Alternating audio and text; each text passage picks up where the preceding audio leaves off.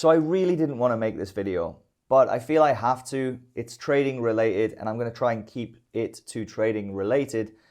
But I think Joe Biden, if he wins the election, could crash the stock market. I genuinely feel that. So please bear with me in this video. This is not an endorsement for Donald Trump.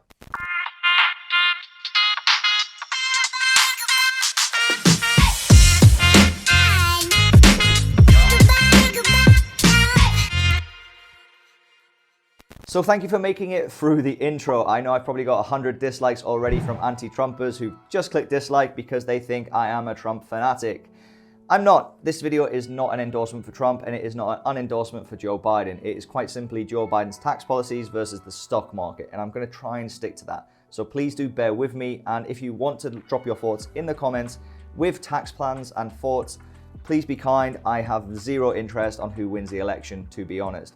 Both have pros and cons as far as finance goes. If you're looking for voting advice, I strongly suggest you go and look at a political channel, because quite frankly, this channel is all about making money, and we, especially being British, I don't really care who wins the election. That's really my fault. I'm sorry, but I really couldn't give a flying fuck. So if Joe Biden is elected, I do predict that there will be a stock market crash. I don't think it'll be like 2008 or be anywhere near as bad, but I do predict that that will happen. Now, before we get into the reasons why, please do fight the dislike button by hitting like, subscribing, and turning on the bell. And if you want to help feed a baby, check out my Patreon links in the description, and you can find when I buy and sell stocks and check out my current portfolio. Now, to be clear, it is highly probable that no matter who wins the election, we have a stock market crash. So I do want to try and get through to everybody who is on Joe Biden's side. This is not necessarily just the only reason, but I do think his tax plan could help be the catalyst that triggers the downfall of the US economy, potentially the global economy, because everybody falls in line with the US anyway. Now, we are really time-wise overdue a recession. Historically, every couple of years, every decade or so, there is a recession. We've had a few little corrections, but very quick bounces during the Trump administration. Throw in a virus, throw in the Fed printing money left, right, and center, throw in high unemployment. The catalysts are there for a big recession, downturn, stock market crash, whatever you want to call it. But I do really think that Joe Biden's tax plans could be the catalyst that starts the fire and starts the stock market to fall. And the reasoning is his tax plans. His tax plans, the first one is the financial transaction tax. He hasn't confirmed he's going to do this yet, but basically he wants to have a financial transaction tax. When you buy a stock, you pay a tax. When you sell a stock, you pay a tax, which will generate a hell of a lot of revenue for the US economy. Don't get me wrong.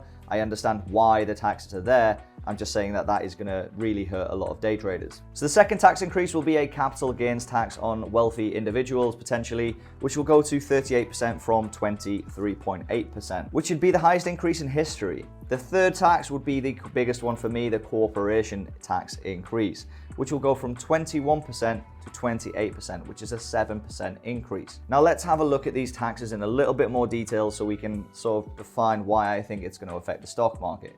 The first one, the financial transaction tax, and again, Joe Biden hasn't fully endorsed this, but some of his party members have, and there's a very big possibility it passes. Basically, the rough calculation is if you buy $3,000 of stock, you will pay a $6 premium, or tax, should I say, a financial transaction tax, or an FTT, on that $3,000. And when you sell it, you'll pay another $6 in tax. So if you are a day trader, this is massively going to affect you. If you're a long-term investor, I don't really think it's going to affect you too much, and I don't think it's a big enough catalyst to crash the stock market. I just think it's a really big kick in the nuts for day traders, to be honest, and it might sort of slow down that whole trading industry, but that could be the plan anyway, who knows. The second one is the capital gains tax increase on the rich. Now, this is open to debate because being a financial planner myself, the rich, especially the rich and powerful, will always find a way to sort of, there's a difference between tax avoidance and tax planning, okay? Tax avoidance means you go to jail. Tax planning means you pay less tax. There's a big difference there, okay? So in the instance of the recent news that Donald Trump only paid a certain amount of tax before he got elected, I'm pretty sure he didn't break any laws, and they were laws that were already in place by the previous regime. So just please define them too in this video, well, in fact, for the rest of your life, because there's a big difference between avoidance and planning, okay? Now, when tax increases happen, tax planners love it because it always opens a door for the wealthier individuals to buy their services and them to help mitigate taxes so that they pay less taxes. Basically, that's what I'm getting at. The rich will always find a way to move their money to pay less taxes. It's just normal. Now, when Reagan was in office, we seen him increase capital gains tax as well, by quite a lot as well. And that actually led to a 60% increase in sale of stocks, assets, property, etc. before the law was passed. Now think about it.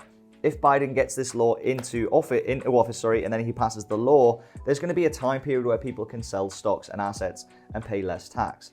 Now, that said, that was very similar to when Obama's administration in 2012 increased as well, which had a 40% increase before the law was passed in sale of assets. But neither of those did crash the market, neither of them. So I don't think that's going to really crash the market. I just think a lot of people will realize gains more and take that, pay their little bit of tax, and then buy back in and see what happens in the future. After all, if you can save 7%, you try and save 7% at the end of the day. I mean, it's quite a lot, right? In fact, it's not 7%, it's like 15% plus. So yeah, you would be selling your assets before, or majority of them, before you have that big tax penalty. That's just common sense. Now, the biggest one for me is the corporation tax. And this is what I can't understand with any country wanting to make the big corporations pay more tax. It's something I can't get my head around.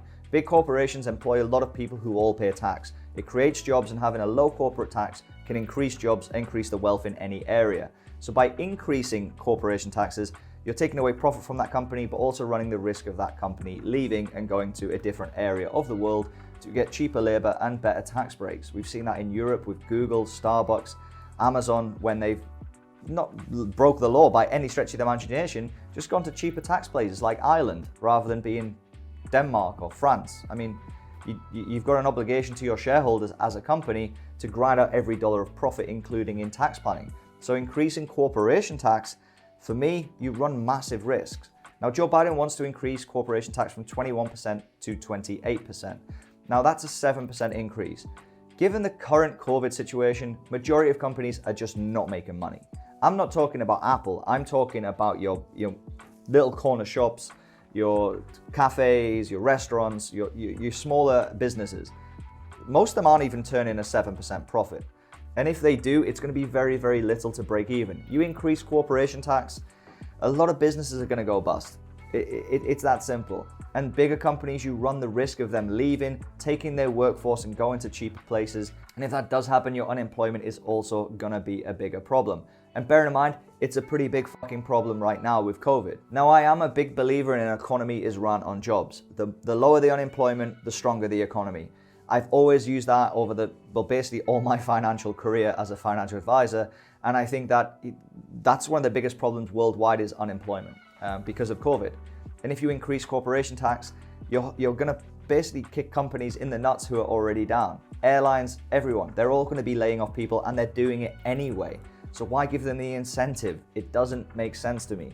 Now, I understand he's trying to raise money. I get the reasoning, but I don't understand how this is seen as a positive. I really don't. If you scratch it beneath the surface, it's a big problem. Now, if you do tax companies and they do stay there, that 7% loss in revenue is going to affect the stock price pretty much instantly.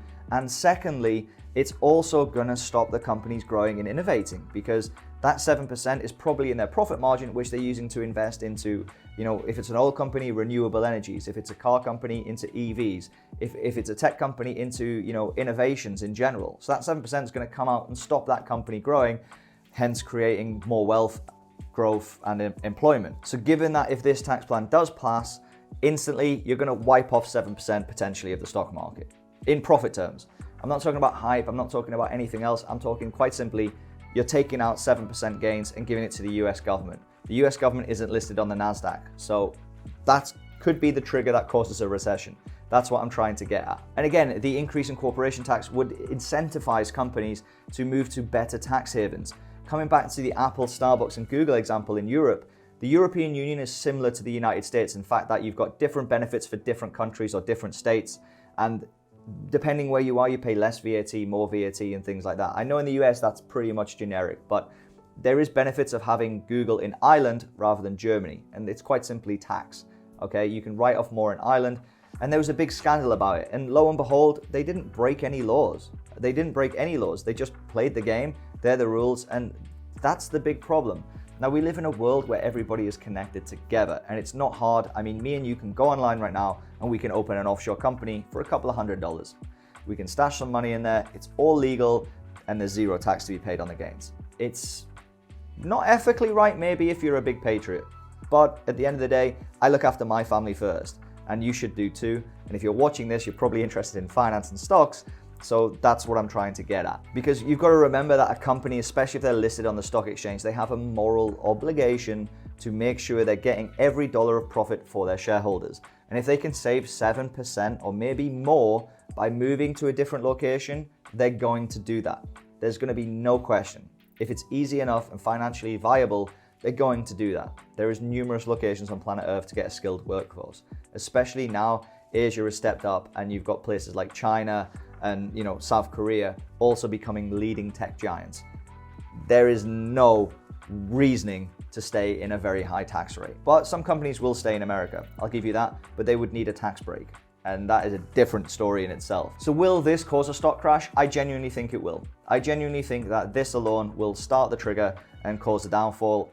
And I think, unfortunately, Joe Biden will be left holding the bag, and he'll be the one blamed for the recession. After all, if we go back in historical recessions, we always blame the person who was in charge at the time, even though they probably inherited a market that was not necessarily the best at the time. So you've got to sort of weigh that in. Historically, if Joe Biden wins the election, he's going to be seen as the person who caused this big crash. If Trump wins, it's going to be the same. He's going to be the one seen as this market crash. We're probably getting a crash anyway, just to be clear, but they're probably going to blame Joe Biden's tax plan if it does crash. But there is good news, okay? As investors, I don't want to be slamming Joe Biden in this video, and I don't want to be promoting Trump at all. But there is good news. A stock market crash breeds the opportunity for millionaires, okay? And I don't mean people who are millionaires now, I mean people who could be millionaires. When stocks fall, there is always a lot more opportunities. So if you are liquid, make sure you do not take that much risk. And if you've got money to burn, keep it in cash, buy something that's very, very liquid, and then wait for that crash to come. And then you can buy stuff at a much cheaper rate and then, make hay while the sun shines, as they say. Do they even say that? I have no idea. But that's the good news. If the market does crash, I am very fearful of it because I can pick up some good bargain stocks and help grow my wealth. And if I have to pay more tax on it, well, so be it. Cycles in the stock market are needed. So I'm indifferent on it. I don't really care who wins the election. So who do you think will win the election? Let me know in the comments. If you want to debate with people, please do keep it clean. I genuinely implore that. Don't be calling anybody an idiot or whatever for having a different view of you. Feel free to debate, but respect everyone's opinion. That's all I'm getting at. Okay, everybody, be safe, wash your hands, wear a mask, and I'll see you in the next one. Take care. Peace.